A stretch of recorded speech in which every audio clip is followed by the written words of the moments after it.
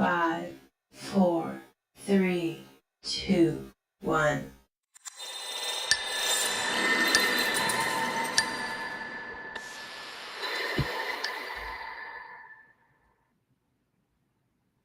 Hello, beautiful people. We are back, okay? Because we were literally just live. Now we live again.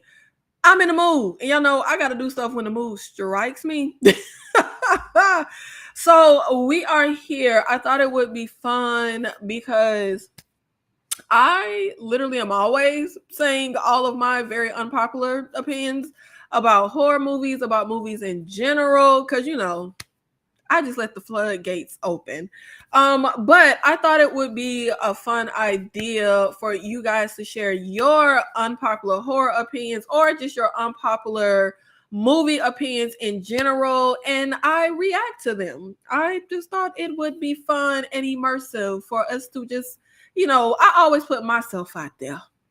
And I'm always getting hate mail for all my unpopular horror movie opinions, my unpopular movie opinions. So, it's time for y'all to get some hate mail. So I thought it would be fun for us to just come together on some unpopular movie opinions. I did post a post on a community tab asking for you guys to share your horror movie opinions. I did post a link to SpeakPipe, which is just like an online service where you can leave me a recorded voice message if you wanted to share your opinion that way, or you could just comment your opinion in the community tab. And if by some chance you've been checked out and not paying attention to the channel and you missed all that, you can just leave your opinion right here in the chat while we live, okay? But let's see who we have in here with us. Amy, thank you so much for being here in the live. Shout out to you. Faith, Family, and Fun Reviews. Hi, Nikki. This segment is very creative. Thank you so much, Faith, Family, and Fun Reviews. I cannot take the credit. I have seen other horror YouTubers do this for years. So I thought it would be a fun idea. So let's go ahead and kick this off and get started with some of our, well, not some of our, because I ain't in it. Some of your unpopular horror movie opinions. If you're not horror, there's just some of your unpopular movie opinions. But before we get into that, please make sure once this live is done, check out the replay of the live I just finished where I ranked my top 20 favorite performances of 2024. And just make sure you show that video some love. Do all the things, like the video, comment on the video, share the video, and all of that fun stuff. So let's go ahead and get started. Oh, that's teeny as hell. I can't read that, y'all. Y'all don't know. Maybe y'all can read that. I'm blind. So let me pull it up on my phone because I cannot read that. I am blind as a bat. And I swear, I really feel like glasses make your eyes worse. When I first had to wear glasses, I was in middle school. I literally never wore my glasses. Ever. They were prescribed. I never wore them. I didn't start wearing my glasses until like my mid-20s. I would just walk around half blind. I swear to God, when I started wearing my glasses, my eyesight got worse. I am literally like legally blind without my glasses. I cannot see. And I feel like my eyes literally get worse every year. I was just watching a movie. And laying on the sofa, I was trying to pick a movie. And you know how you're like reading and going through a list?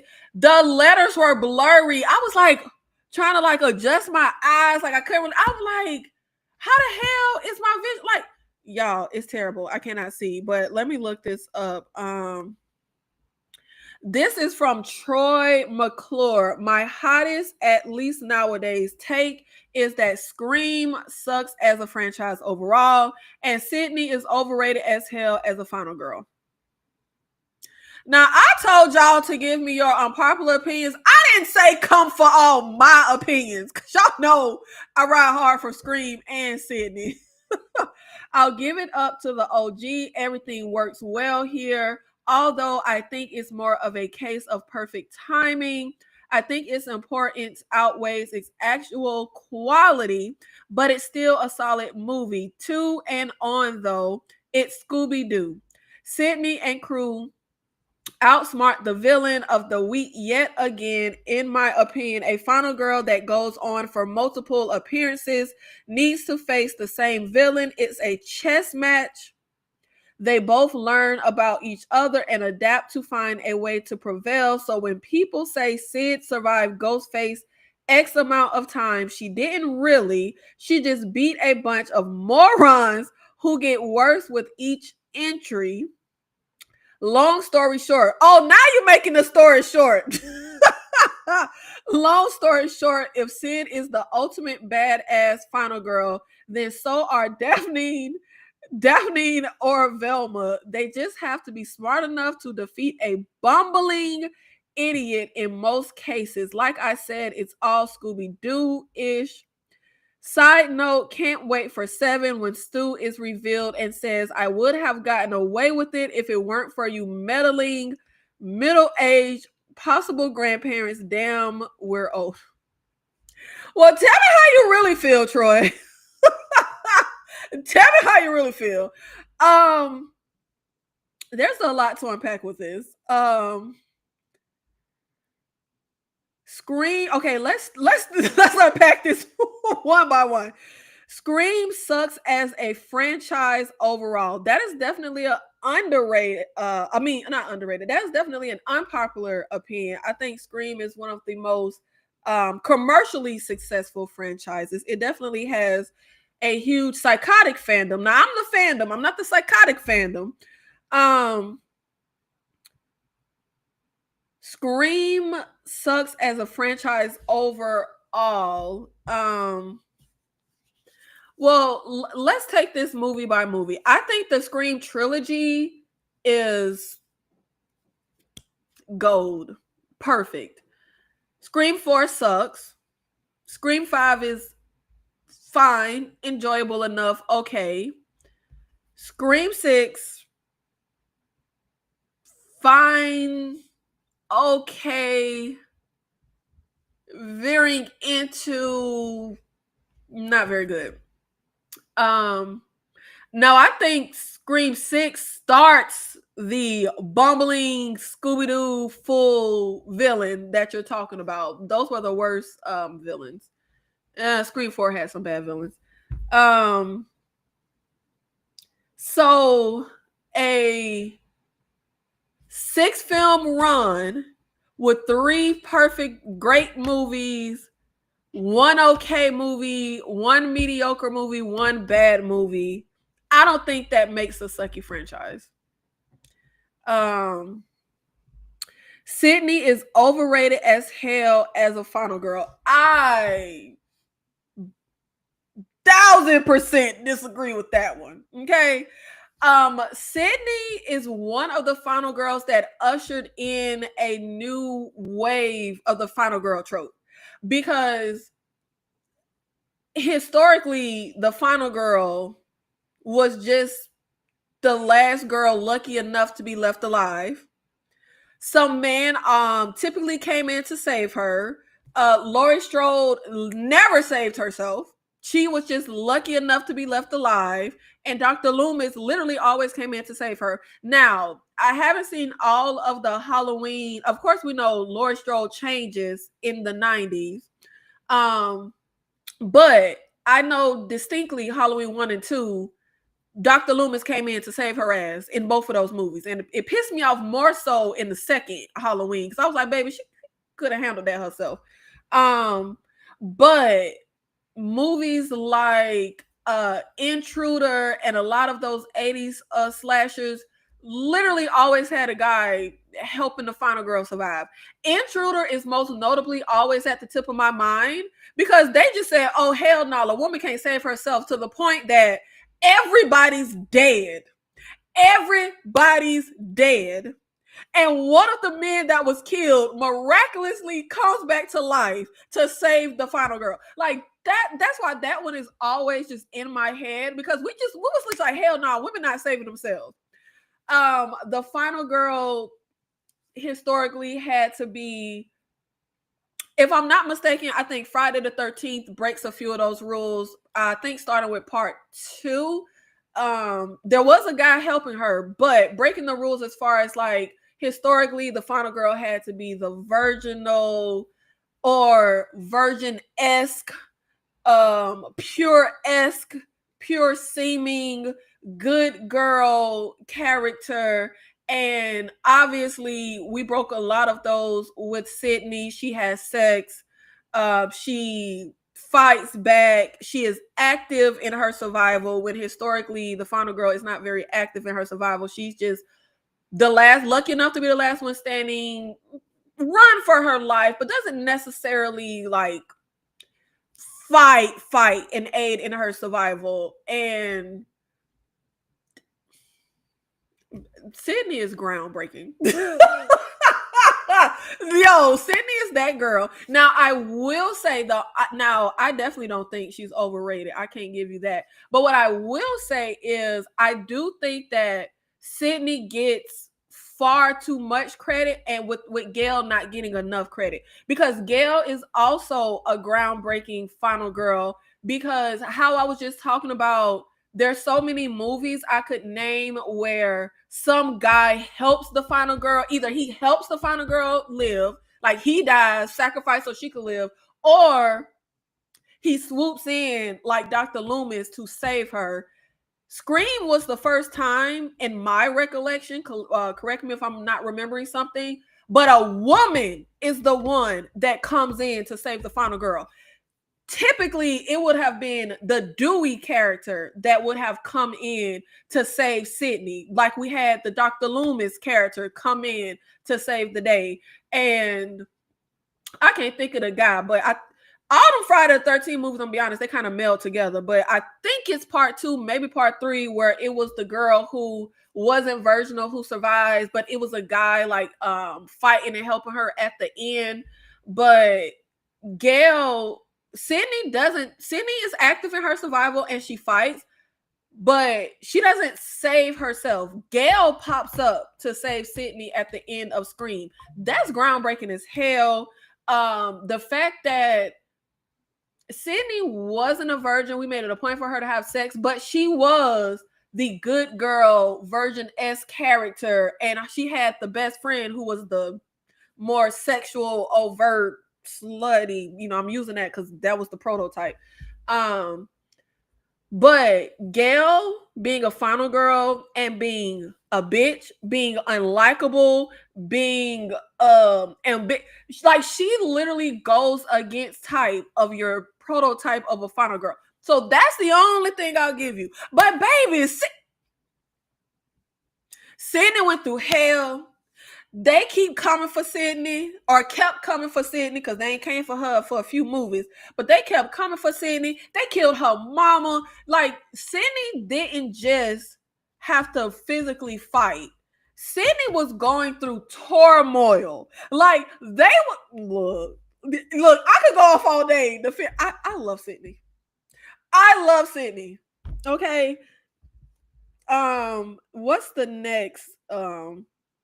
I think it's the old, referring to the OG Scream. I think it's more of a case of perfect timing. I think its importance outweighs its actual quality. Okay, so I'll be subjective here, right?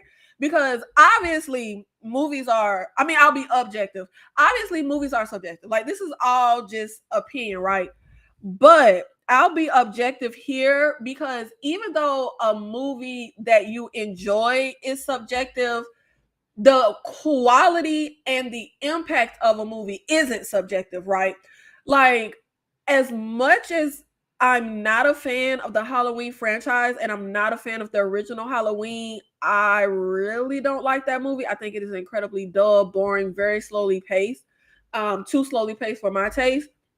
The impact of Halloween is undeniable. You know what I mean? Like, that's you can't argue that. Like, it's Water is Wet and Halloween influenced every slasher that came after it.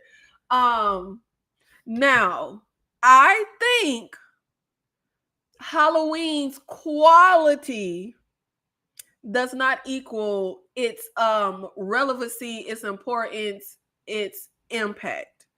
Right. I remember seeing a documentary on like all the behind the scenes stuff, what it took for them to make Halloween. Tons of respect. I don't like that movie. I think y'all be lying when y'all say y'all watch it every Halloween, because I just find it incredibly dull. And I really don't like Laurie. I don't like Laurie Strode until Halloween H2O. I really did not like Laurie Strode, but I didn't like it. It was literally, I grew up watching horror movies. I never liked Final Girl. There was never a Final Girl I liked until the 90s. If memory serves, Geraldine from Demon Knight was the first Final Girl that I truly, truly loved. I could not stand the Final Girl trope when I was growing up. I thought it was a horrendous portrayal of women. Like, it irked my nerves. I really never liked Final Girls. I can't stand Laurie Strode. But it's not even the Final Girl stuff. It's not even her not really saving herself and her feeling, to me, like a pretty weak character. Before any of that pops off, I just don't like her personality. I find her dull. I don't like her friends. Tatum is a great character, great personality, fun to follow. Laura and her friends, I'm sorry, they're lacking. They're not fun. Scream, I will say, benefited from the timing. They said that the 80s killed the slasher because they oversaturated the market, right? Like, slashers are cheap to make, they're easy to make. The studios were pumping them out, they were trying to capitalize. The 90s hit, and as much as I'm a fan of 90s movies, I will admit not 90s movies, but 90s horror in general, the 90s had a hard time finding its identity, horror genre. The 90s was a mess. I can admit that. As much as I love those movies, because Mimic is that girl, it was a mess. It felt like the 90s was, horror-wise, was trying to find its footing, trying to find its identity. It wasn't having the commercial success of the 80s. And then Scream came in and it breathed new life into the genre, and everything after it tried to copy Scream. I do think that Scream was able to capitalize on the moment and the timing, but saying you think it's more of a case of perfect time, I don't agree. I think timing plays a part with tons of movies, right? Even the movie The Conclave that just came out, I was watching an interview with the director. He wrote that movie 7 years ago. He's been trying to get that movie made for 7 years, and the response to the movie is how relevant it is, given that we just had this election. So you can say Conclave benefited from the timing. Tons of movies benefit from its timing, right? But I don't think the success or the impact is like, girl, where are you trying to go? It's like, yeah, no. Like, I can't give you that. And I'm being objectively, because as much as I love Scream overall, I do know a lot of people who feel like you, Troy, who feel like they don't really care for the franchise, but they like the OG. And there's a reason for that. That is even if you're not, like I said, some stuff is subjective, but some stuff is pretty undeniable. Scream is a very well-made movie, period. And that's the reason it was the phenom it was, because you had non-horror fans bum rushing to see Scream. And I will never forget that time. Like, that time, I was in the streets, okay? That time of Scream, I saw Scream in the theaters. Nobody was talking about horror. I didn't know anybody that liked horror. I would go to school and people looking at me like I was crazy and I'd be talking about a horror movie. Everybody at school was talking about Scream. Like Scream was and that's how you know when something reaches a certain level, when it touches the people outside of its fan base. Of course, horror fans are going to be talking about it, but when you have non-horror fans, when you have the movies behind it trying to copy it and trying to capitalize on the formula and the success and less, and they were good movies. The Faculty, Disturbing Behavior, Urban Legend, like I would even say going into the 2000s with stuff like House of Wax, like all of these things were trying to be the formula. And I mean, they were good movies, but nothing was Scream. I would say the closest, and when I say nothing was Scream, I mean the commercial success. I would say the closest was probably The Faculty, if I'm remembering correctly. But y'all be some Scream haters. Look, all of this Scooby-Doo stuff, I don't even know how I'm supposed to react to that. Because getting into that, look, you just been a hater at that point.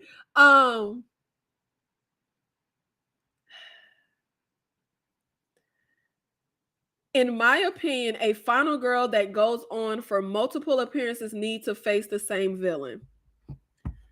I completely disagree with that. And I actually feel like for me, that's what makes all these villains y'all love weak to me. Like the fact that all y'all favorite villains get beat, like that's why I hate the fact that we had to turn Terrifier and to have a final girl, because I feel like I can't be scared of a villain that loses. I don't know. I don't know. I mean, I guess I can be scared, but like you ruining your rep. I don't think a final girl needs to face the same villain.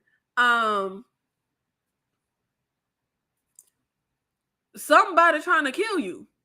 It don't have to be the same somebody, baby. Somebody trying to kill you. Yeah, I would need more elaboration on why you think a final girl needs to face the same villain. It's a chess match. They both learn about each other and adapt to find a way to prevail.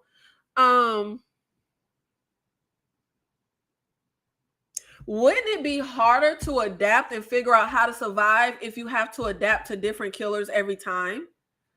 Like, yeah, I don't agree with that.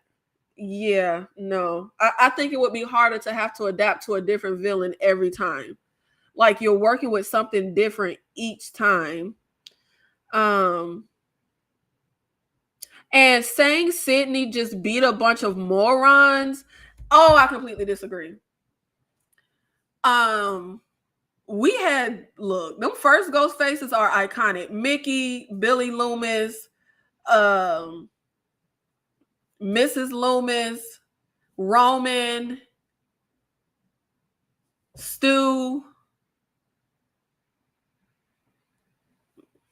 Scream 4 villains are ghost faces are a joke. I'm not even finna speak on them. The boyfriend in Scream 5 was a joke. I'm not really gonna speak on him. But Mikey Madison in Scream, love her. Love her. Love her. And she took out Dewey. We can't say she's a joke. We can't say she's a Scooby-Doo villain. She took out an OG.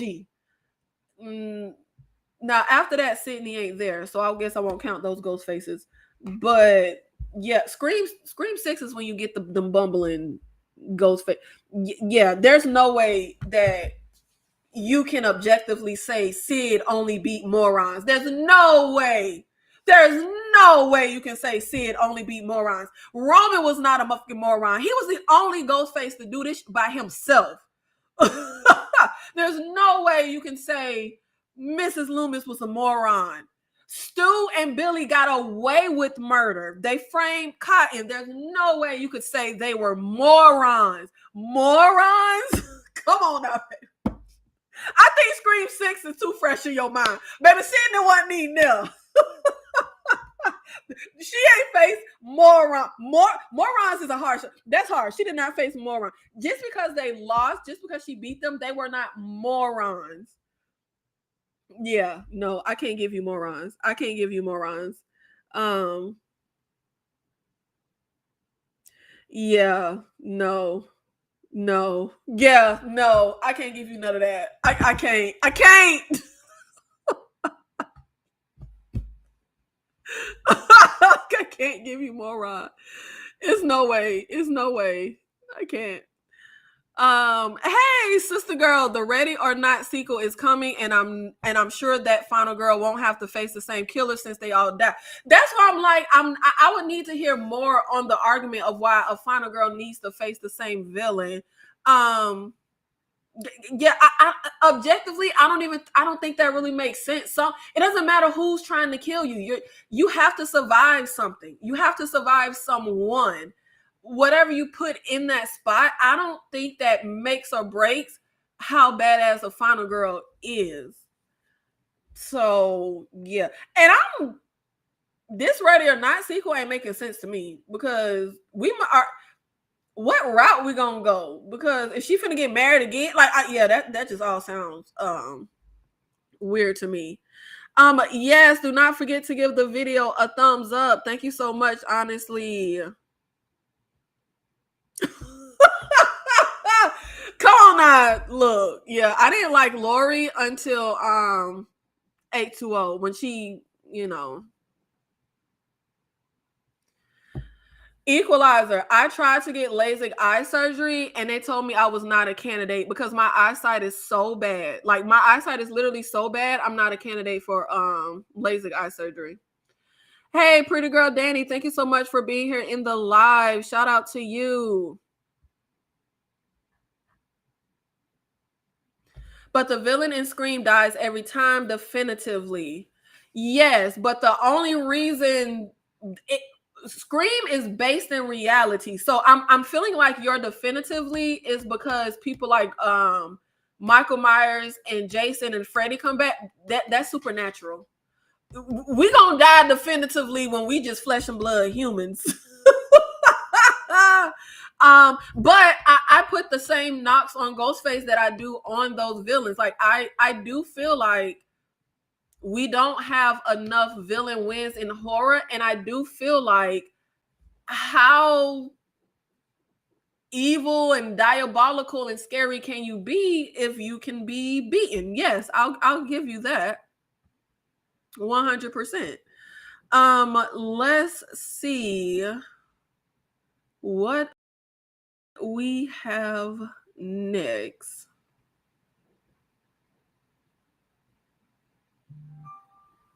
Oh, that's the end of Troy's.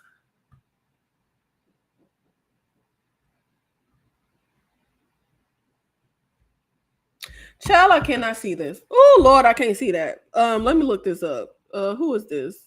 Oh, that's the top one. Nakisha Moore, unpopular opinion. I worry about humanity, love of horror. I fear that society is just becoming more and more desensitized to death. I don't think that's an unpopular opinion. I think people have been saying that since the dawn of horror movies. I worry about humanity's love of horror. I fear that society is just becoming more and more desensitized to death. As someone who grew up in a Black Baptist Southern family who said that horror movies was the devil and the devil was gonna come in through the TV, like I honestly gotta cackle when I hear opinions like this. I'm gonna be honest.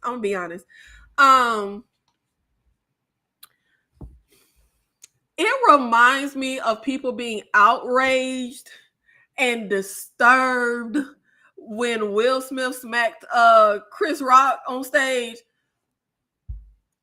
I really feel like y'all a joke with stuff. Like, Nakisha, this ain't to you, baby. This ain't to you.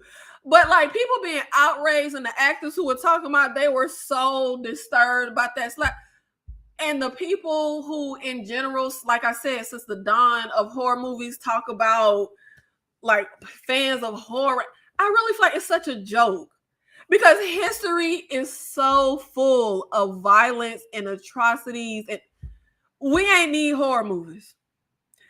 All the evil and violence and atrocities and do you think like all the horrors that went on for the Holocaust, baby, you think they needed horror movies for them to do that? All the horror and atrocities that white people did during slavery, do you think they needed horror movies for that? Like all the, just through history, the violence that humans do to each other, baby, we ain't need horror movies for that. Like, it's so comical to me when people put horror movies on it. Now, I'm not going to include kids because it's obviously studies and stuff that, yes, violence in media, in video games and movies can affect developing brains. But I've been watching horror movies. Look, like I said, my mama had me sitting there watching horror movies as a toddler, and I turned out just fine. Just fine. But it's also funny to me when people say stuff like that, because literally the most evil, I really feel like I have known truly vile, evil people. They're not fans of horror. They don't watch horror. And the nicest, most kind-hearted people I've met in my life are huge horror fans. I personally think that humans are violent. Like, period. We're violent. History has proven that since the dawn of man, we're fucking violent. The violence we do to each other, the violence we do to the planet, the violence we do to animals, we're violent. And we don't need horror movies for that. I think we're violent. I think violence is normal. I think violence is natural. I think violence is healthy. However, I obviously do not think you should be doing violence against people. So when I make those claims, I think that horror and fantasy and make-believe is actually a really healthy way to get out your violence. I think the more dangerous thing is to not have safe or healthy outlets. I think the world we live in every day is violent, and it makes us violent. I think fantasy and stuff is healthy. I always say I love violence. I always say that. That Eminem song when he was like, "Hey kids, do you like violence?" Yeah, I love violence. I do not like real life violence. And as much as I have watched, this is just my singular experience. Like I said, I don't think y'all get when I say I've been watching horror since I was a toddler. I am being literal. Like, I was a literal 3-4-year-old sitting down, engaged, watching horror. This is why when y'all talk about stuff like The Grouch or Little Mermaid, I've never seen that stuff. I did not like cartoons and kid movies when I was a kid. I used to always say, I want to see a real movie. I don't know why, but that's what I called it. I want to see a real movie. I just have always loved movies. I've always loved horror, even as a really, really little kid. And the only line my mother would draw was sex in movies. Like, of course, you can't watch no sex scene and nothing real sexual, even though she did take me to see Players Club at the movie theater when I was about 9. But I saw all kind of violent stuff when I was younger. My earliest memories of horror is The Evil Dead, The Blob, Hellraiser. That's my earliest, and Demons is them are violent, graphic, gory movies, okay, that I was watching as a kid. And now at 40 years old, I am absolutely not desensitized in any way to violence. First of all, in real life. I will never forget as a kid. I don't know if kids still do this because I'm very disconnected from kids and whatever the hell they doing. But when I was growing up, when people would get into a fight at school, everybody would run and flock over to watch the fight. I literally never did that. I never did that. I never liked it. I didn't like fighting. I didn't want to watch a fight. as big into horror as I was. I literally never did that. Never had a desire to, never wanted to, never liked it. Like, I don't get it. To this day, I don't get it. Why do you want to go watch, like, outside of me watching MMA and UFC, I don't want to see people fight, not in real life. No, I don't want nothing to do with violence. Whenever people are passing around videos online of like people getting killed by cops or people getting beat up, I do not watch that stuff. I always tell the people I know, do not send me anything like that. I do not want to see it at all. I don't even like for people to tell me about stuff. It literally affects me to like a psychotic level. Like, I really feel like I be feeling stuff way too deeply. Like, I be feeling like it ain't normal. Like, if someone just tells me about something happening to somebody, I will literally be legitimately like down and depressed for a while. And I don't even know that person from a can of paint. I am extremely affected by stuff happening to like just people that I don't even know. Like, I don't even have to know the person. I'm extremely affected and not desensitized. Now, violence in movies, not desensitized. Like, in the slightest. Like, I'm really not. As much as I feel like I've seen everything under the sun, I still be, oh shoot, like I do not watch Terrifier and just be sitting there like I do not watch modern horror and just sit there like, and just have no, and that's what I like about horror. That's why I'm such a fan. I like for it to elicit something out of me. If I'm just feeling lifeless and not feeling anything, then what the fuck is up? Like, I don't even want to watch it. Like, I'm 100% not desensitized. Now, I will say, obviously, my threshold is higher for movies than somebody that hasn't watched horror as long or hasn't watched the type of horror that I've watched. Because I've always been a horror fan that loved gore. And as a little kid, I was like, nah, don't give me now I appreciate those movies. But when I was a kid, don't just give me a creepy story or no, I want to see heads getting chopped off. Like, I was a morbid fucking kid. I was morbid as hell.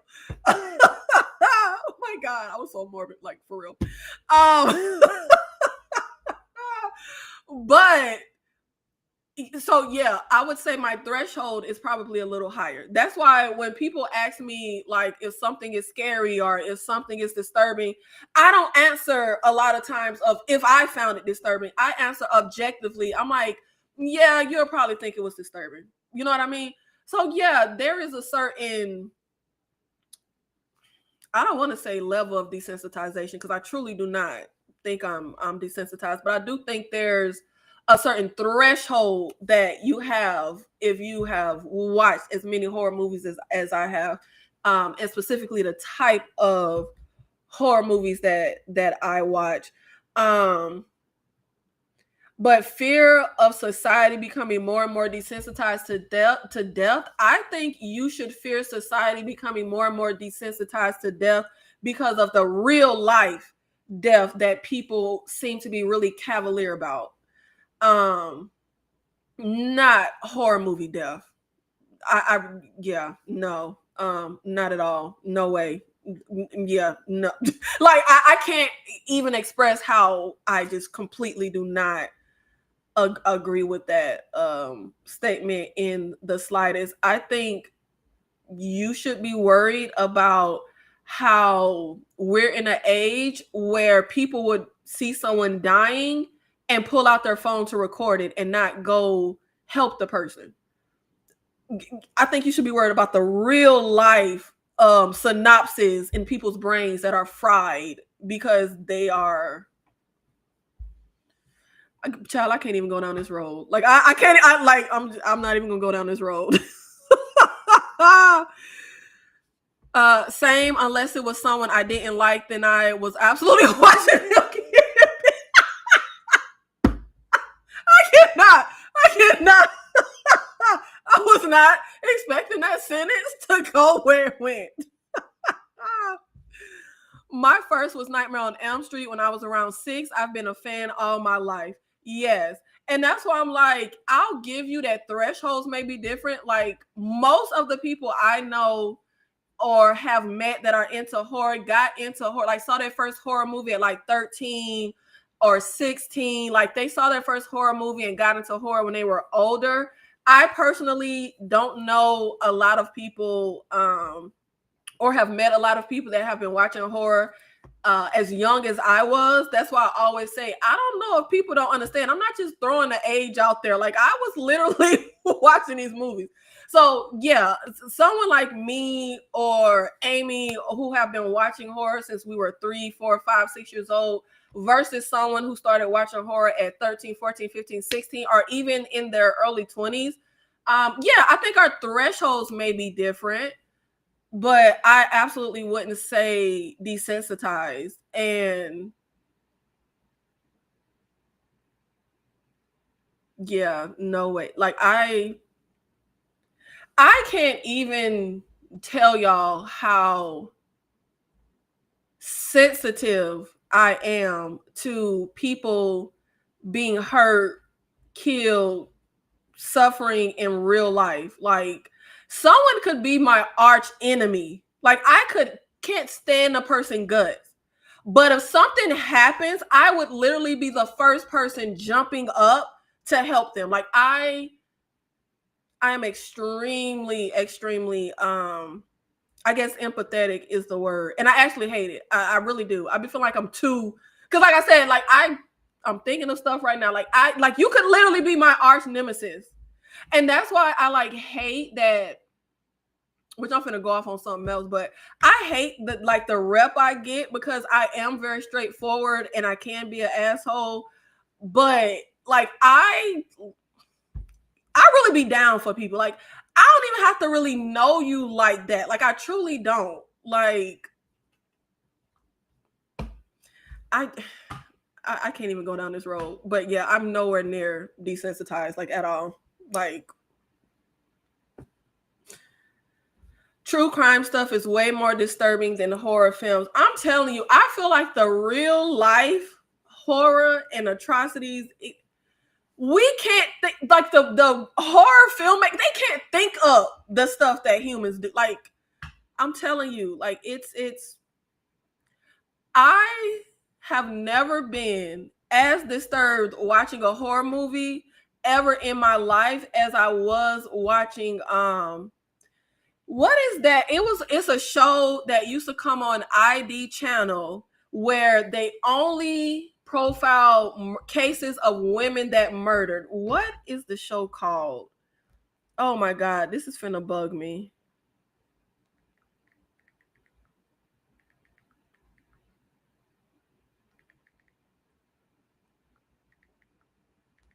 Oh my god, what is the Deadly Women? Deadly Women. There was an episode of Deadly Women. Deadly Women is a true crime series that used to come on ID channel. Right now it's streaming on HBO because they took the ID stuff, but I don't know if they have current new episodes. But I used to be obsessed with Behind Matching Walls, Forensic Files, like Snapped, like all of the true crime stuff. I've literally never been as disturbed from a horror movie ever in my life as I was from this episode of Deadly Women. That was the real life story of this mother and her abuse and murder of her kids. She had boys and girls. She loved the boys and would enlist the boys to brutalize the daughters. Killed the daughters, brutalized them. I have never been so disturbed and sickened and horrified from a horror movie ever as I was with that profile of that lady. That lady was sick.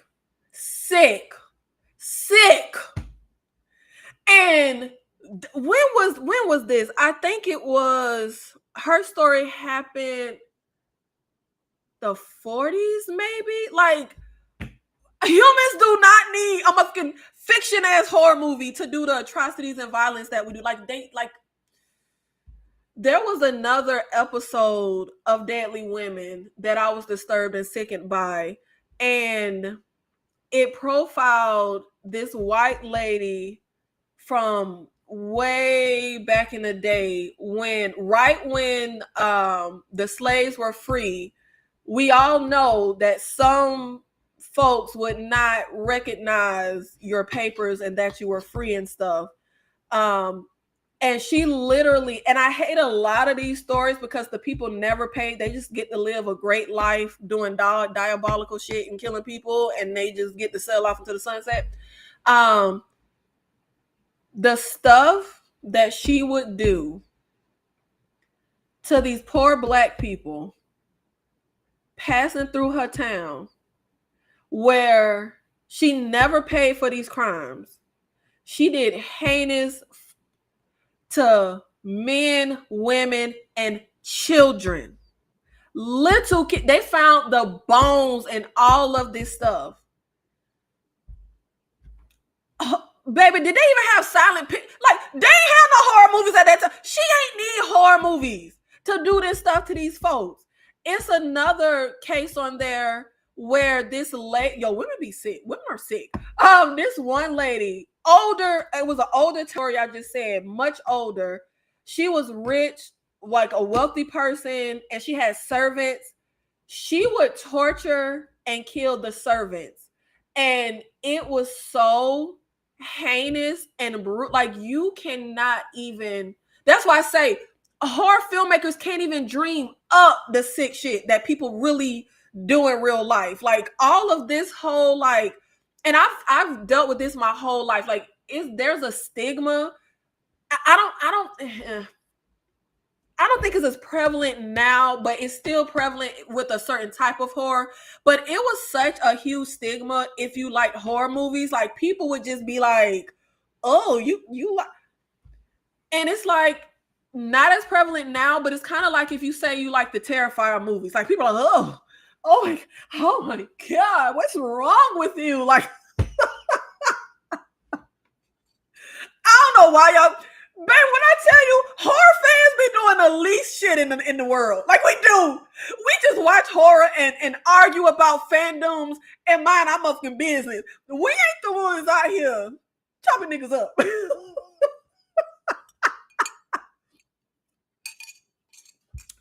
Oh, sister girl, you know it. You know it. Like, when I tell you,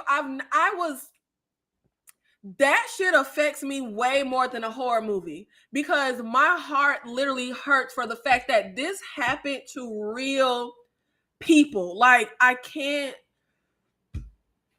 Oh my! See, I can't even really see. It's gonna take me off. I'm about to jump off a bridge. It's gonna take me over the. It's gonna take me over the deep end. It's gonna take me over the deep end. Yeah, it's. Look. It's fucking heavy. It's heavy. It's heavy. The one show that, now I will admit, I haven't watched it in ages, but when I used to watch Deadly Women, I did have to take it in doses. I couldn't just binge it like all the time. I did have to take breaks, but I didn't just stop watching it. But I did have to, it would get real fucking heavy. But the one series that I can recall literally having to stop watching, have y'all heard of the show I Survived, where the people will tell their real life tale of surviving stuff? I could not. I would be sitting in here crying my fucking eyes out, disturbed, looking at everybody crazy when I walk down the street. Every man that be on I Survived be like, yeah, I went mountain climbing and I had to hide, in the cave for 42 days, eating twigs and trying not to die. Yeah, I was riding through the Rocky Mountain, Colorado, and my car broke down and I fell off the cliff and I had to survive a bear. Every single, and I'm not exaggerating, this is why I stopped watching the show. Every single solitary woman on there, I was minding my business. I was walking home and I got attacked and raped. I was working a late night at this shift and this man attacked and raped me. Like every motherfucking woman was telling the story. I couldn't take it. I could not. It was heavy as fuck. It was heavy. I couldn't take it. I was in there crying. When I say I was Kim Kardashian ugly crying. I think I made it through. Did I make it through the whole first season? I think I made it through 6 episodes. I finally got to an episode where this black girl was like 14, 15, 16. She was a teen. I think she was living in New York. She was walking home from work one night and got attacked and raped in the alley. And I said, oh, hell no. I literally never watched the show again. I never watched the show again. I cannot stomach that shit. Give me horror all day long. Give me Terrifier all motherfucking day, because that shit ain't real. It's fake. That girl did not get sawed in half. The other girl did not get salt tossed on her. Like, give me some fake shit all day long. I cannot do the real no.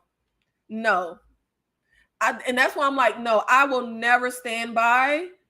Horror makes you desensitized to real life violence. No shape, way, or form. No shape, way, or form. It's fake versus what's real. It really reminds me of, I love Quentin Tarantino, and it reminds me of when Quentin Tarantino used to get all that flack about violence in his movies. And there's a funny ass, I think it might still be on the internet. There's a funny ass interview that Quentin Tarantino did with this lady who was berating him about the violence. And he was like, it's fake, like it's the movies. And she was like, well, a 12-year-old sees the movie. He's like, when I was 12, I knew the movie was fake. Like, I'm sorry you didn't know it was fake. Like, that's what we're like, baby, it's fake. It's not real. Like, it's the real life. Oh, hell no. Hell no. Never. I truly feel like I would probably be the idiot about to get myself killed trying to help somebody. It's no way that I will ever accept the argument that horror makes you desensitized to real life. No way. No, it doesn't. I could not be more empathetic. Like, I literally couldn't. Like, it's chat, yeah. Oh, y'all done put I survived my oh Lord. Oh, Jesus. Oh,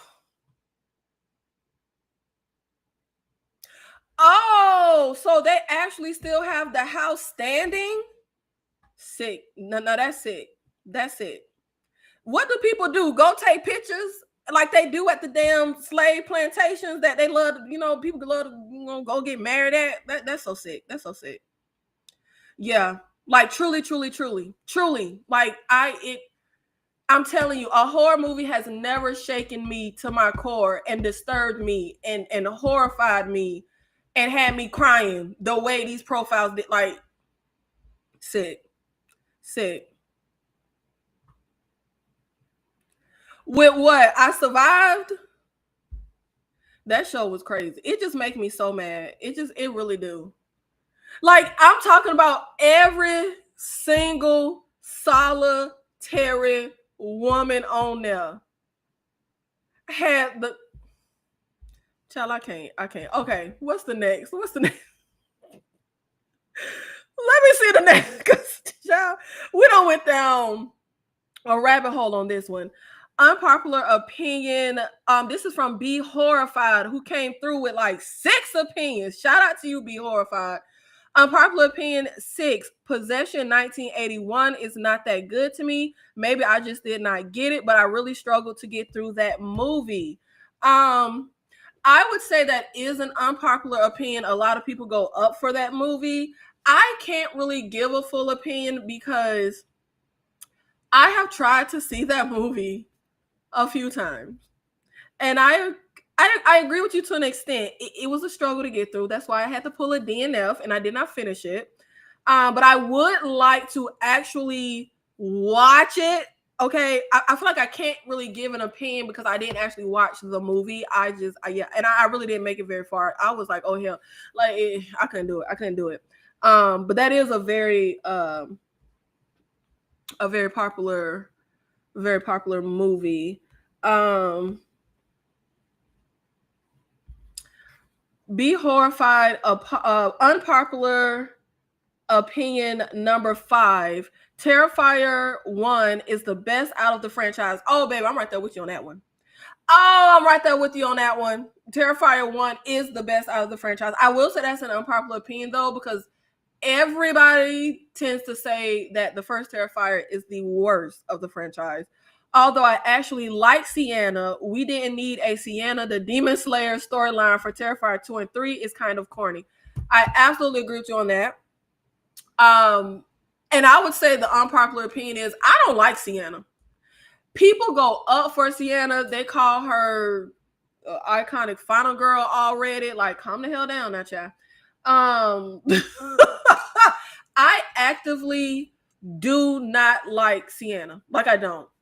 Shout out to the actress. I love her. I'll see whatever movie she's coming out with. I will be right there. I like her. I cannot stand Sienna. I agree with like it is corny. The whole lore that we get into with Sienna's dad and that damn sword and oh my god. It really like, baby, we already got it. But when they had to put the damn crown of thorns on her head in Terrifier 3, baby, the way I checked out, I thought, what? Like, that's why I be calling her Sienna Christ. We already got it. But then, as if they need to knock us over the head even more, they don't just put the crown of thorns on her. She literally has her whole fight sequence with that crown on. And now that ain't make no sense. Because that shit hurts. It's painful. The second she was untied, the first thing you're going to do is take that fucking crown off your head. It's fucking painful. Like, I don't like the focus they take away from Art the Clown. I don't think we needed a final girl. But even outside of that, with just the character of Sienna and like her family, this whole tie or connection with, and this is getting into something else, but I don't even like everything they added with Art the Clown and this whole demon thing and what was the girl Vicky trying to possess him? Child, y'all get the hell out of here. Like, bring me back to Terrifier 1. Keep that shit simple. Like, I'm sorry. Like, I don't know. Maybe that's the kind of audience I am. For a movie like Terrifier, let's stop. I don't know why we're jumping off the cliff. I mean, I do know why. Because the criticism was Terrifier don't have no story. It was a story, you dummy. Excuse me, did you miss it? The story is this clown is terrorizing and killing niggas on Halloween night. That's the story. Did you miss it? But because y'all was complaining, now we got this convoluted ass demon slayer Christ story, like possession. Child, if y'all don't go away, the way y'all will ruin a good thing. That's the U.S. audience need for a hero. Absolutely. That's why y'all hated Speak No Evil, but go up for the mediocre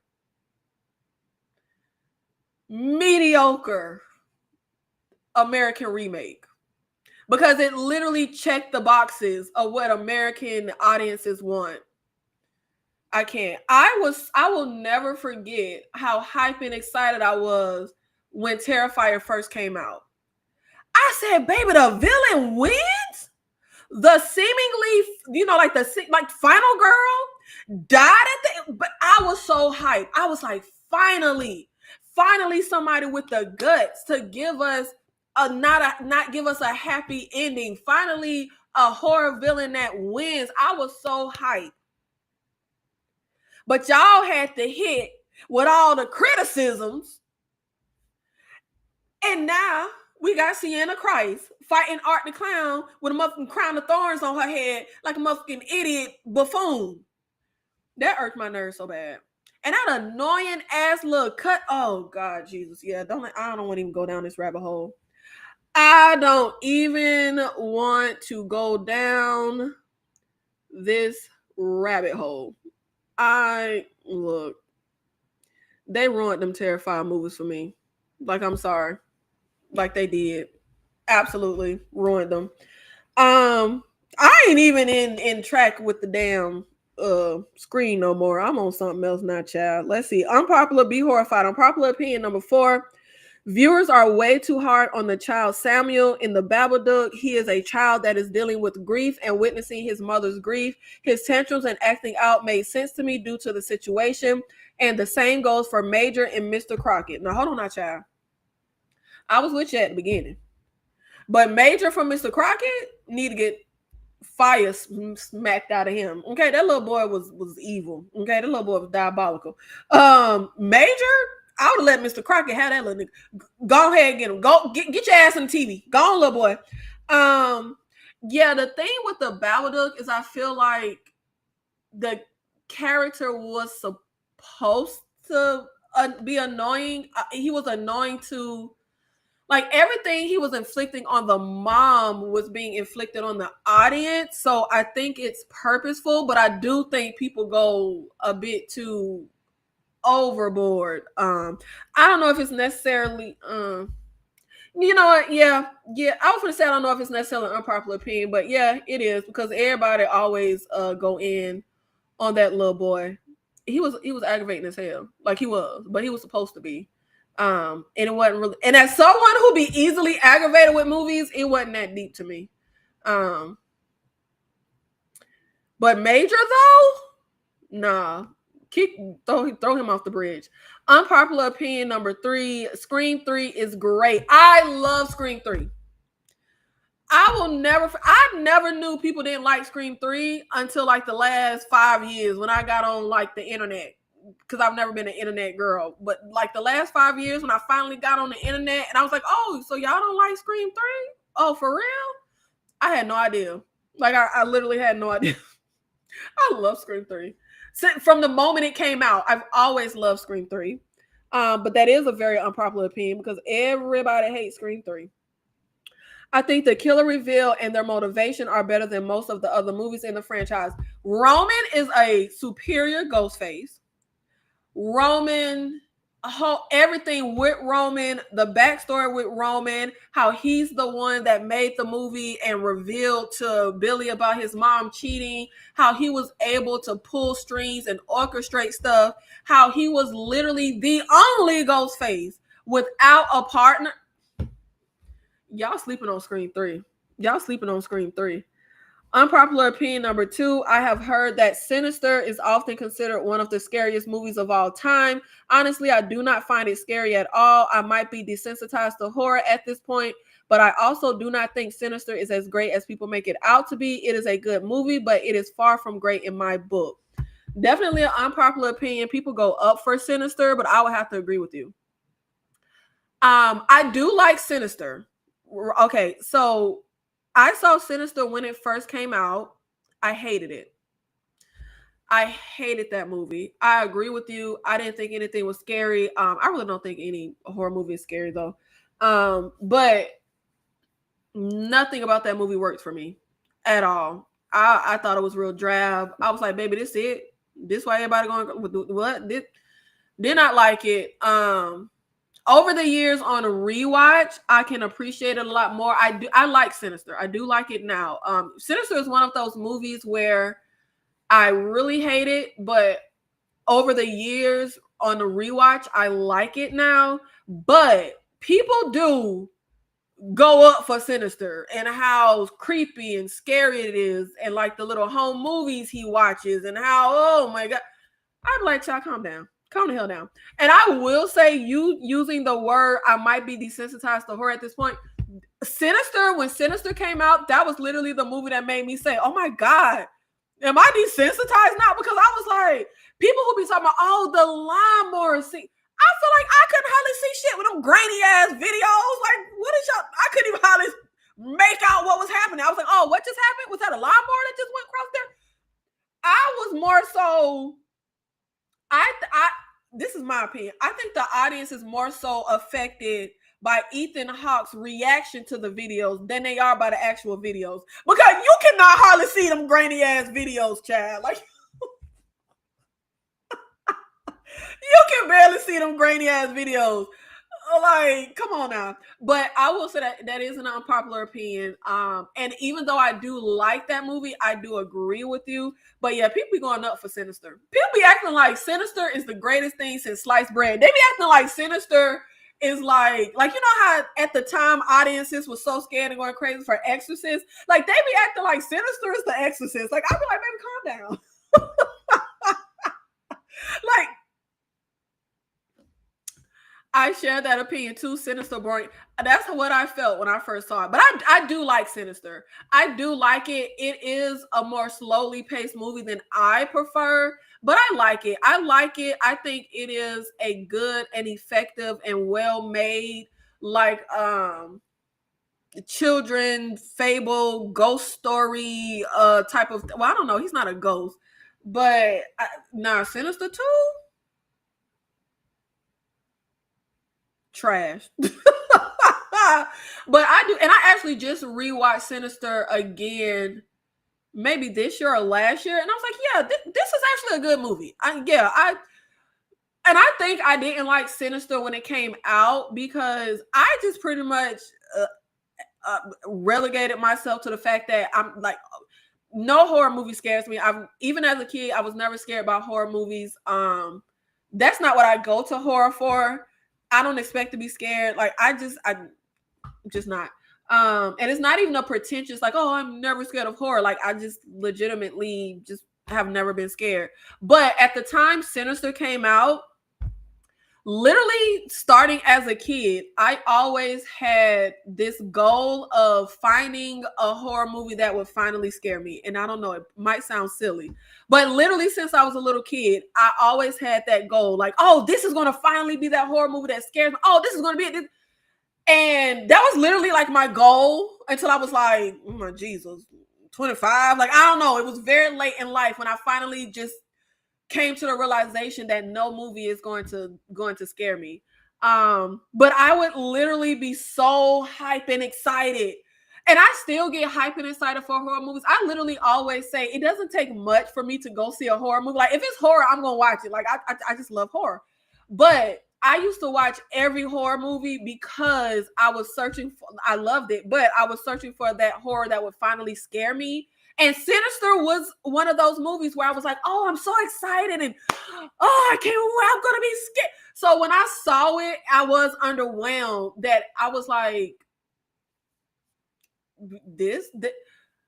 But with new, like rewatching it and not, I don't think a horror movie has to be scary.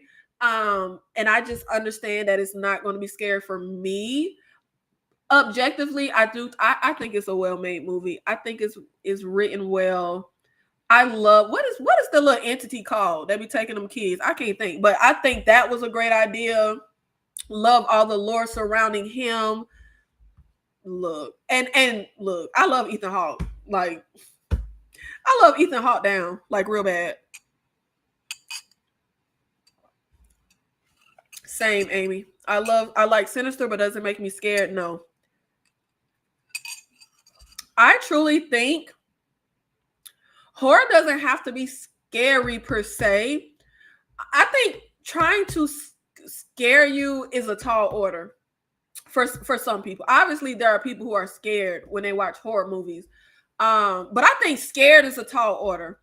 I don't know what the disconnect is for me. I truly think it's because even though my mother let me watch horror very young, she was very proactive in talking to me and making sure I understood that what I was seeing was make-believe, like it wasn't real.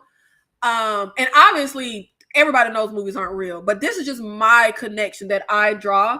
I think because when you're a kid and like you sneak and watch something and you're like scared because you're not supposed to be watching it, you don't get like a pep talk from your parent first. I think because, to me, this is just a connection I make. I think because I had such an understanding that it wasn't real as a kid. I just could never be scared because I knew it wasn't real. So then growing up, I don't know. I think for me, that's the only thing I can draw is because I literally will watch horror movies at like 5 or 6 years old and just go straight to bed. No nightmares. Didn't have to watch something nice and fluffy before going to sleep. I know people who still do that to this day. Like if they watch something horror, they have to watch something light before they go to sleep. I've never had to do that, even as a little kid. And I don't know, maybe I'm just a sociopath, but the only connection I can draw is that my mother did a damn too good a job at me understanding that it was make believe, it wasn't real, to the point that only in recent decade of me wanting to like direct movies did I start getting into really liking to watch behind the scenes stuff. I actually hated that stuff when I was younger. I hate like how people love the extras in the DVD where you can see how they did stuff. I used to hate that. I did not want to peek behind the curtain. I didn't want to. To me, I would feel like it took away from the movie magic. I'm like, I don't want to see how they made this person do this and fly across the room. I didn't want to know they were on strings and they were in front of it. Like I didn't. When I was growing up, I didn't want to know that stuff. I thought it took away from the magic of the movie, and I think it played into. I think that happened because I really wanted to be scared by movies, and I wanted it to be as real as it could possibly be. So I didn't want to see all the behind the scenes and how they, I don't know. I used to feel like it took the magic out of it and took the spark out. I don't think Oddity, now see, while y'all coming, I said give me unpopular opinions. I didn't say come for my ish. I don't think Oddity is as great as everyone says. Honestly, I think it's overhyped, which probably added to my disappointment the first time I watched it. It did feel a little better on rewatch, but overall, it's just a decent movie to me. I didn't find it creepy, and the tension building fell flat. The jump scares were well placed, but this movie just doesn't do it for me. Be horrified. Get the hell out of here. Go. Just leave. Leave now. Leave now. Y'all know I have talked ad nauseum about how much I fucking love Oddity. Oddity is that girl. Okay, she's a real one. She's a real one. Baby, you about to make me throw my whole phone because, excuse me, say what now? Say what? Say what now? Oh Jesus Lord. I don't even know where to start. Cause really, I just want to start by cursing you out because, excuse me, what did you say? Objectively, look, Oddity was the first movie that I actually loved in 2024. Literally, it was the first movie I loved this year. And no horror movie has surpassed Oddity for me in 2024. None. Not at all. No. Go away. Like, Oddity is, if someone asked me, minus gore, because I'm a gore girly, minus gore. If someone was to ask me what is the prototype of my type of horror, baby, it would be Oddity. Like, bing, put Oddity right there. Like, Oddity is so up my alley. Now, I will give you that story-wise, I hate to use the word weak, but it's a little weak. It's predictable. But I always say I'm okay with predictable if the execution is exciting enough. And the execution is motherfucking exciting. Okay. And you're crazy. Talking about the tension building fell flat. Oh, hell no. The way they opened Oddity with old boy knocking at the door, telling her, yo, somebody in there, but he looked like a motherfucking psycho, and you don't know who to should I listen to the psycho at the door and open the door, or should I be scared that it's a psycho that got in here? Because why the hell she traipsed out there and left the door open? Baby, that was gold. Baby, that's how you open a movie. That's how you open a motherfucking movie, okay? Oh my lord. Oh my lord. Masterful. Oddity is a masterclass in how to create a true, not only create your own world in the film, but how to create a truly masterful atmosphere. And I think a lot of horror movies feel like that. You can't just pick some seemingly creepy location and say, oh, okay, yeah, we got a great little atmosphere. No. Oddity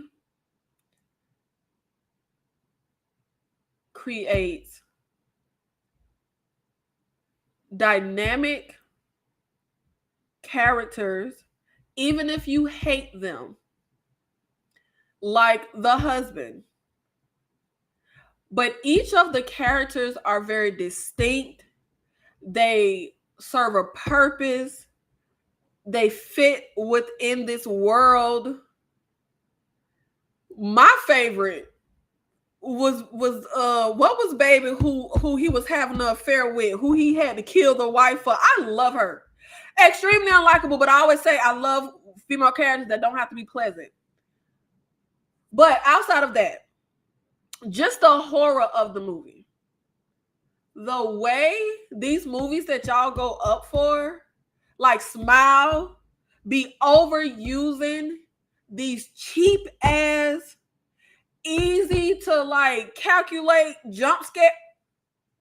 Oddity? Oh, baby. Masterclass on how you do a motherfucking jump scare. And I'm a jump scare whore. I'm a jump scare addict. I love jump scares. Good, bad, see them. I love a jump scare.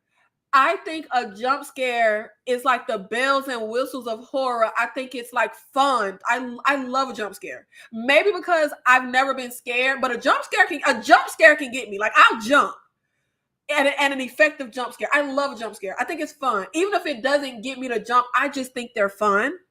But I know when they're bad, even though I enjoy a bad jump scare. Oddity, though, look, y'all know I'm always about to jump off the cliff. I want to say Oddity set up some of the greatest jump scares in the last, like, motherfucking 30 years. Like, fight me. Like, the last motherfucking 30 years. And I'm going to stand on that. I'm going to stand on that. Not cheap jump scares. When baby is standing on that little, what we gonna call it? I don't know. What the hell y'all call that thing? I don't know. She's standing upstairs and she's looking over the banister with the wooden man sitting at that table. And I think she was looking at a phone, and she looks over, and we done saw the wooden man sitting there in the same fucking position. And she looked down, and that nigga looking up like that. Look, my nigga, that's a fucking jump scare. That's how you do it. That's how you do it. That's how you do it. Remember at the end of Bad Boys when Will Smith was like, that's how you drive. From now on, that's how you drive. From now on, that's how you do a fucking jump scare. Man, you crazy. Yo, I'm around hard for Oddity. Objectively, that's a well-crafted motherfucking horror movie. Like I said, I'll give you the story is a little weak. I'll give you it's predictable. But my nigga, y'all crazy. Y'all crazy. Because that is a masterful motherfucking movie. Masterful. Child, I can't play with y'all. And as much as I said this year was underwhelming. One thing I can give 2024 and really 2023, 2022, 21, 2019, 18. I feel like folks love to say Hollywood is out of ideas. Everything's a remake. There's nothing there is so much fucking original horror. There is so much original horror. Not tied to an IP, not tied to a franchise, not a sequel, not a remake, not a reboot, so much original horror. Oddity? Are you not entertained? I thought y'all wanted original horror. Are you not entertained?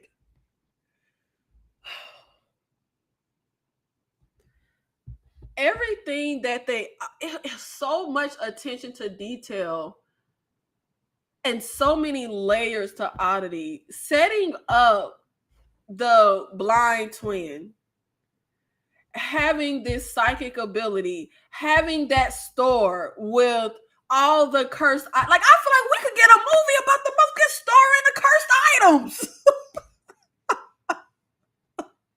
Like, it's so many movies in the movie of Oddity that we could like branch off and do something with that. Look, y'all crazy. I'm sorry. Y'all crazy. Oddity is amazing. I fucking love that movie. Like, oh my god. Like, I can't. And Oddity also works because the type of audience I am very much that audience that's like, I need blood, I need guts, I need mayhem, I need to get crazy.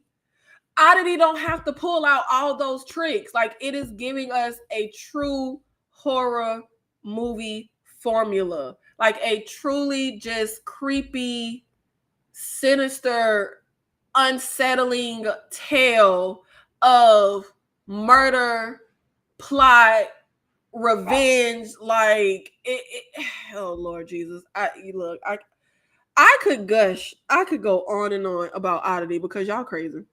Amy, the Cheshire Cat, thank you so much for the $10 super chat. Thank you. Shout out to you. I really appreciate the support.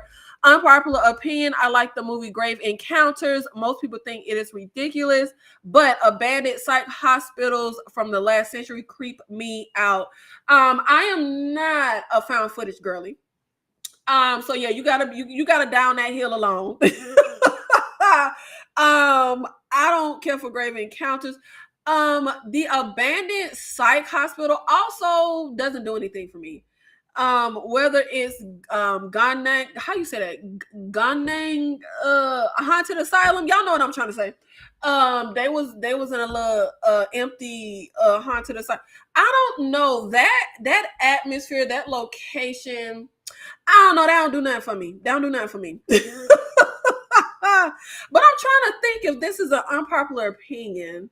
I feel like I can't recall hearing a lot about Grave Encounters, whether people liked it or not. But thank you so much, Amy, for contributing to the unpopular horror opinion conversation. Hey, Anakin, not Vader. Thank you so much for being here in the live. Child, you done missed it. We about to the end now. Just run it back on the replay. Yes, watch Oddity. And you know what? Let me not talk it up. Okay. Let me not. I mean, I guess I already talked it up, but let me not talk it up. But yeah, Oddity is good. I think Oddity literally has one of the greatest, just that opening sequence of baby knocking at that door is just so good. And even the way the movie pieces the story together, the way we see certain stuff and don't get an actual like conclusion or answer to it until like a certain point, and like it starts to piece it together. I love the way the movie unfolds that way. Look, I can't with y'all. Because Oddity is amazing. Let me see what else we have here. Yeah, Oddity was the first movie in 2024 that impressed me, blew me away, Obsessed. Obsessed. Okay, that looks like all of the unpopular. Oh, here's one more.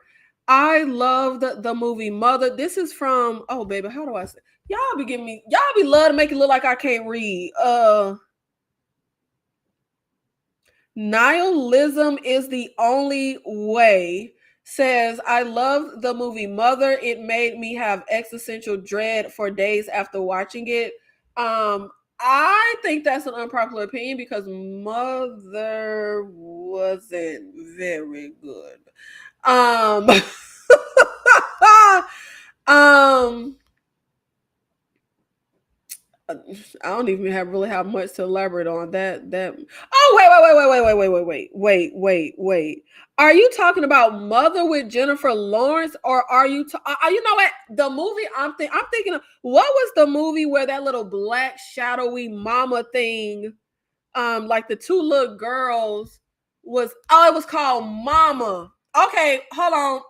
Retract my response because I thought you was talking about the movie Mama with Jessica Chastain. Okay, you're talking about the movie Mother with Jennifer Lawrence. Okay, I don't know if that's an unpopular opinion. Didn't anybody like that movie and was very disturbed by Mother? Um yeah uh, I don't know.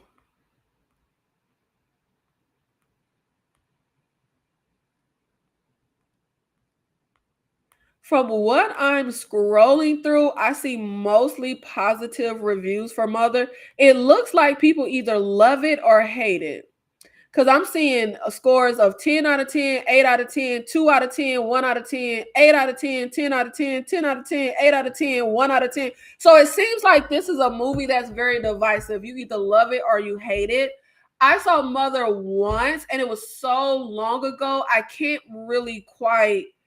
First of all, I can't remember the movie. I just remember I think a bunch of people was coming to her house or something. But I can't remember the movie, and I can barely remember how I felt about the movie. I don't remember not liking it. I just really can't remember. But yeah, sorry, I can't really respond because I don't remember the movie, and I don't really know if that's unpopular or not. It made me have existential dread for days after watching it. Oh God, I wish I could. I can't remember. I know I saw it. I just remember people coming in her house or something, and I think they was crowd surfing a baby. Am I thinking of the right movie? I think they was crowd surfing a baby.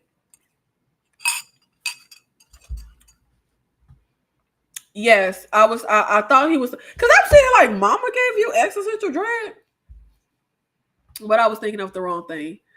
But if that is all of our unpopular opinions, thank you so much to everyone who participated and shared your unpopular horror opinions. Um, this was fun. This was a lot of fun. See, it's nice when y'all do some of the work, okay? Um, instead of me having to come. Okay, see, my dog that messed up my pillow and it's irking me. It's irking my nerves. I gotta. I had to do it. That was the, and now here she go mess with it again. See, that was bothering me. Um, I lost my train of thought. You know how some catch your eye and it just bother you real bad, like you can't even continue to function. Like that was really, really bugging me. And now I lost my train of thought. But thank you so much to everybody that participated with the unpopular horror movie opinions. And please make sure you support the video, like, comment, all the good things, as well as the live that I just did before this, ranking my favorite performances of this year. We still have some lives coming up. My top 10 best movies of this year, my top 10 worst movies of this year. I literally, y'all, the way I've been struggling to get a top 10 best of the year because this year has been so lackluster, mediocre. I literally just finished putting together my top 10 best movies literally today. It was actually a movie, and I added a movie that I saw earlier this year. That I gave like a 3-star rating to, and I was pretty underwhelmed, but everybody was raving about it. So I was like, let me give it another chance and watch it again. I don't know, y'all. Am I the only one who, like, sometimes I need a rewatch? Sometimes a rewatch will change my opinion on a movie, whether good or bad. It could be like Alien Romulus, where I love it when I first see it, but rewatch makes me not like it. Or it could be like Sinister, where I initially don't like it and a rewatch makes me like it. I was like, let me give this movie another chance. Now, I still give it 3 out of 5 stars. I cannot. I can't go higher. I mean, I can't. But I do think it is one of the best films of the year. So I finally was able to get a top 10, because I said, child, am I gonna have to do a top 5? Because it was so hard. It was so hard. Literally at the clutch, okay, with a few days left of the year, I was finally able to get a top 10 best. But my top 10 best will be coming, my top 10 worst. I will also be doing another massive tier list ranking like I did at the end of last year, where I rank do a best and worst of the year, and I do a ranking of every single solitary 2024 movie that I watched. And then I will also be doing a video ranking every single old movie that was a first time watch for me, which, when I tell y'all, these are finna be massive. Like, I'm exhausted just thinking about doing these lives.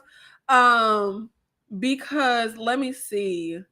My new watches, not 2024, but like old movies that I watched for the first time this year, is 142. Woo, Lord Jesus. And then my 2024 first time watches, my 2024 movies that I watched for the first time, I haven't recounted. I got in some new watches like Nosferatu and Werewolves and stuff, but at last count, it was 110. Oh, there's going to be some massive rankings. Okay, so show up, get ready. It's going to be some massive. Last year, it was a 4-hour live of me ranking all the 2023 movies that I watched. And there's more this year. I feel like last year was a slow year for me. And I feel like this year was a slow year for me. I got high hope for 2025. I think I watched 98 2023 releases last year. This year, like I said, I need to check the count, but I'm at 110 2024 releases this year. So more than last year, but still a slow year. But we'll look. But I mean, objectively, that's a lot of motherfucking movies. Between 2024 releases, new watches of old movies, and rewatches, I've watched, what was the count? I think it was like 400 movies that I've watched this year altogether. 451 movies.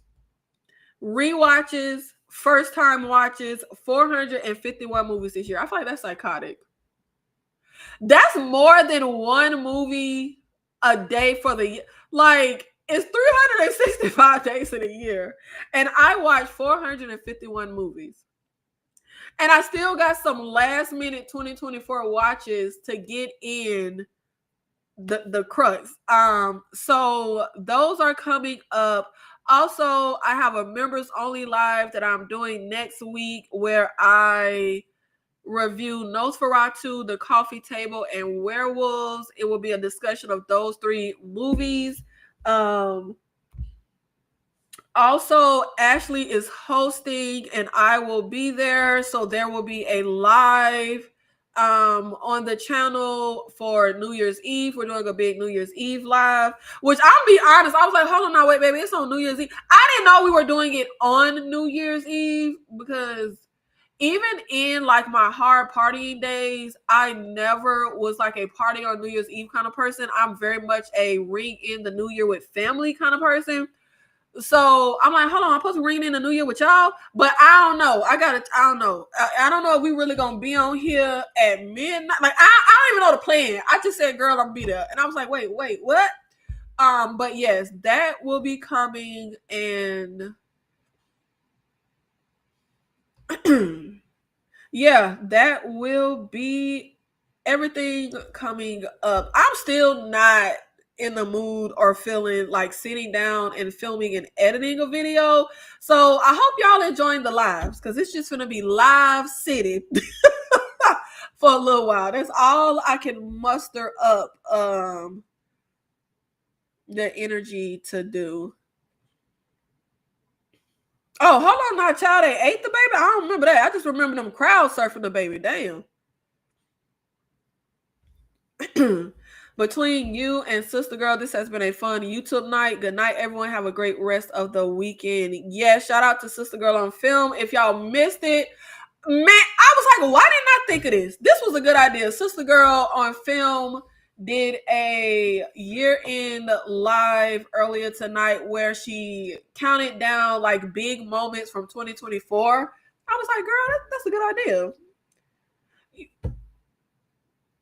Okay, never. Something just popped in my head. But thank you guys so much for being here and supporting the live. I will see you in the next one. Thank you.